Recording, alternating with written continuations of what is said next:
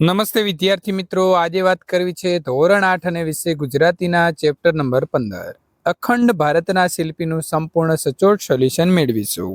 એ પહેલા ચેનલની અંદર પ્રથમ વખત આવ્યા છો અને મિત્રો આ પ્રકારના વિડીયો મેળવવા માંગો છો તો ચેનલને ખાસ સબસ્ક્રાઇબ કરી દેવી. વિદ્યાર્થી મિત્રો, પ્રશ્ન નંબર 1, વાક્ય વાંચો અને સમજો. જે તે વાક્ય લાગુ પડતો ગુણ જે છે તમારે કૌંસમાંથી શોધીને લખવાનો છે. નંબર 1, મહેશ અને માલતી રિસેસ પછી પોતાના વર્ગની સફાઈ કરે છે તો એ ફરજ પાલન. ગરીબ તવંગર બધા વર્ગ અને બધી કોમ એક રાગ થઈ એક ખોળીએ પ્રાણ હોય તેમ વર્તે છે, તેને આપણે કહીશું રાષ્ટ્રભક્તિ. સરદાર બિરબલની છટાથી બોલી ઉઠ્યા, ન સમજ્યા? આજે તમે દાળ બનાવી હતી તેવી દાજેલી દાળ તો રમું છું. શરમાવવું પડે તેવું કોઈ એક જ કામ સાચું ગુજરાતી નહીં કરે તો એને કહેવાય એકતા. પ્રશ્ન નંબર 2, તમારા વિસ્તારમાં ઘણી વ્યક્તિઓએ સમાજ સેવા કે અન્ય કોઈ ક્ષેત્રે વિશેષ યોગદાન આપ્યું હશે. આવી કોઈ એક વ્યક્તિ વિશે જાણીને લખો. અમારા ગામમાં હમણાં થોડા દિવસ પહેલા ભૂરાભાઈ સાહેબ નામની વ્યક્તિએ ઠંડીમાં આખી શાળાના બાળકોને સ્વેટર અને ટોપીઓ આપી. ભૂરાભાઈ સાહેબ શિક્ષણમાં પણ બાળકો સાથે ખૂબ જ રસ લે છે. આ ઉપરાંત તેમની બાહ્ય જરૂરિયાતોને પણ હંમેશા ધ્યાન રાખે છે. તેમની આ સમાજ સેવાની પ્રવૃત્તિ ખરેખર પ્રશંસનીય છે.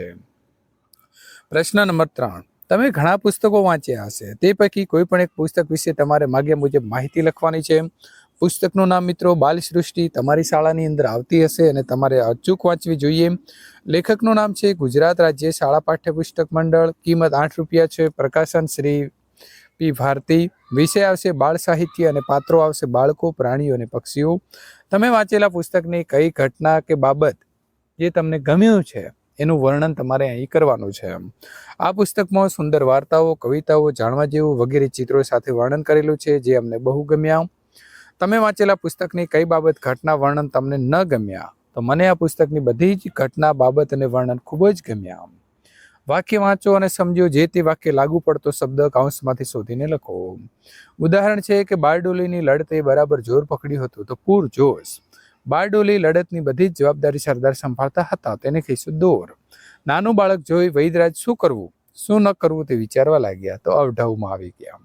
સરદાર સાહેબ લોકોના વિચારોને બરાબર જાણતા અને સમજતા હતા તો પારખું. દેશી રાજ્યના વિલીનીકરણ કામ ઘણી મહેનત માંગી લે તેવું હતું તો મુશ્કેલ. સરદાર લોખંડી પુરુષ તરીકે જાણીતા છે તો આવશે બિરુંદ. પ્રશ્ન નંબર 5, પ્રશ્નોના જવાબ લખો. વલ્લભભાઈ સરદાર તરીકે સાથી ઓળખાવા લાગ્યા. તો બારડોલીની લડત પૂરજોશમાં ચાલતી હતી. તેમાં કોઈ એક પ્રસંગ, કોઈ એક નામોમાંથી વલ્લભભાઈ પટેલ ખેડૂતોના સરદાર એવા આગ્રહ નીકળ્યો અને ત્યાંથી તેઓ સરદાર તરીકે ઓળખાવા લાગ્યા. વલ્લભભાઈના પોતાના ભાઈ માટેનો પ્રેમ અને જવાબદારી સી રીતે પ્રગટ થયા છે. વલ્લભભાઈએ કાયદાના અભ્યાસ માટે ઇંગ્લેન્ડ જવા બચત કરી પૈસા ભેગા કર્યા હતા, પરંતુ મોટા ભાઈએ વલ્લભભાઈને લંડન જવા દઈ તેમણે ભાઈ માટેનો પ્રેમ અને જવાબદારી પ્રગટ કરી હતી. વલ્લભભાઈના વ્યક્તિત્વને નાળિયેર સાથે શા માટે સરખાવ્યું છે? નાળિયેરી ઉપરથી કઠણ અને સખત લાગે પણ અંદરથી મીઠું અને કોમળ હોય તેમ વલ્લભભાઈનો સ્વભાવ બહુ કડક છે એવી છાપ પડતી, પણ તેમની બોલીમાં સચ્ચાઈ અને આખા બોલાપણાના લીધે એમ લાગતું હતું.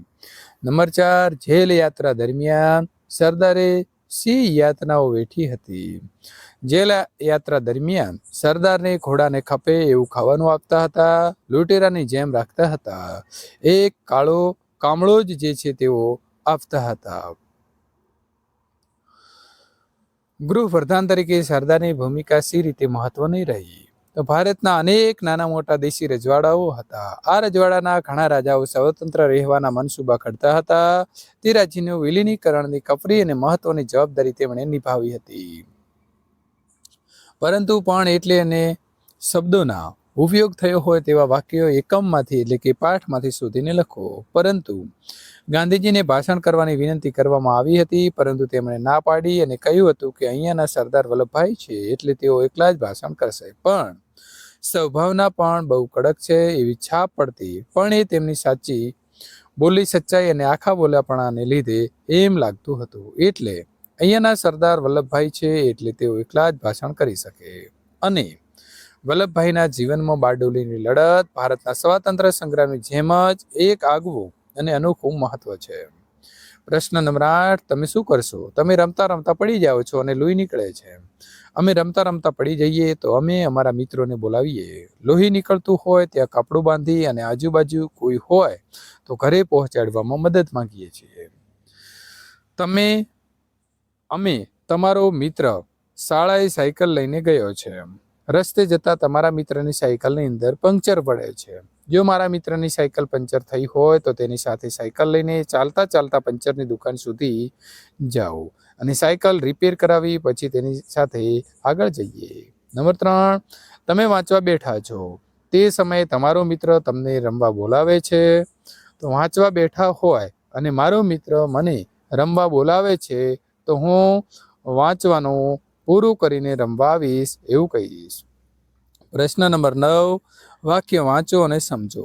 આપેલા શબ્દ સમૂહ પરથી નવું વાક્ય બનાવો. ઝીણી નજરે. હેતવીએ ઘરમાં પ્રવેશતા જ ઘરની સારી વ્યવસ્થાને ઝીણી નજરે જોઈ લીધી. તેણે આખી સિરિયલ ઝીણી નજરે જોઈ લીધી. નાડ પારખું. તો ગુરુજી શિષ્યના નાડના પારખું હતા. તમે કદી કોઈની નાડ પારખું કર્યું છે? પકડ હોવી. અભિનય કલા પર દિયાની પકડ હતી. પુસ્તક લેખન પર તેમની પકડ જબરજસ્ત હતી. પાર પાડવું. રફીકે સાયકલને રિપીટ કરવાનું કામ પૂરું પાડ્યું. આજે સ્વાધ્યાય પોથી લખવાનું મેં પણ કામ પૂરું પાડ્યું. વિદ્યાર્થી મિત્રો, આ પ્રકારે આગળના ચેપ્ટરનું એટલે કે કાવ્ય નંબર 16નું સોલ્યુશન મેળવવા માટે અહીં આપેલી એન્ડ સ્ક્રીનનો ઉપયોગ કરી શકો છો.